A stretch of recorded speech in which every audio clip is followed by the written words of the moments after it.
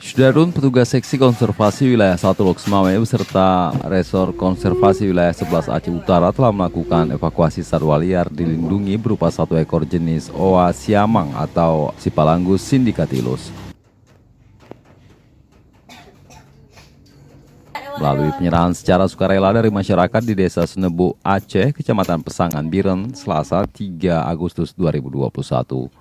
Kondisi oa siamang yang berhasil dievakuasi tersebut berada dalam keadaan sehat dengan jenis kelamin jantan. Satwa liar tersebut diperkirakan berusia kurang lebih 3 hingga 4 tahun. Staf Seksi Konservasi Wilayah 1 Loksmawe BKSDA Aceh, Nurdin, menyebutkan kalau siamang tersebut sudah dipelihara oleh warga saat berumur sekitar 1 tahun. Direncanakan proses karantina akan berlangsung di kantor BKSDA Aceh di Banda Aceh.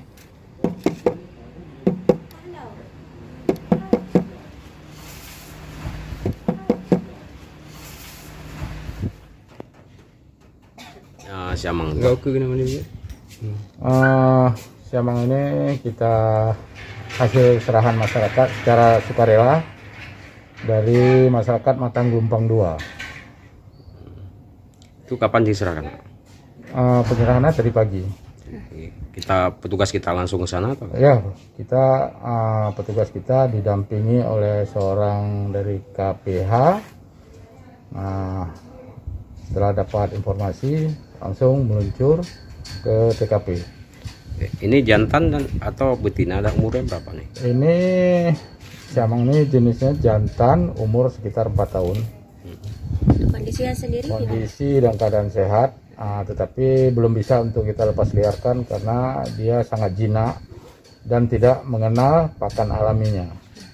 Kenapa gitu? Apa sejak kecil dia itu? Ya, kemungkinan menurut informasi pun dipeliharanya sejak kecil itu. Kira-kira umur 1 tahun udah dipelihara gitu. Dia dapatkan dari mana? Perolehnya dari dia berkebun. Dilihat ada anak siamang hasil dibawa pulang. Harapan kita kepada masyarakat lainnya yang saat ini tentunya ada potensi masih memelihara satwa yang dilindungi. Apa harapan kita?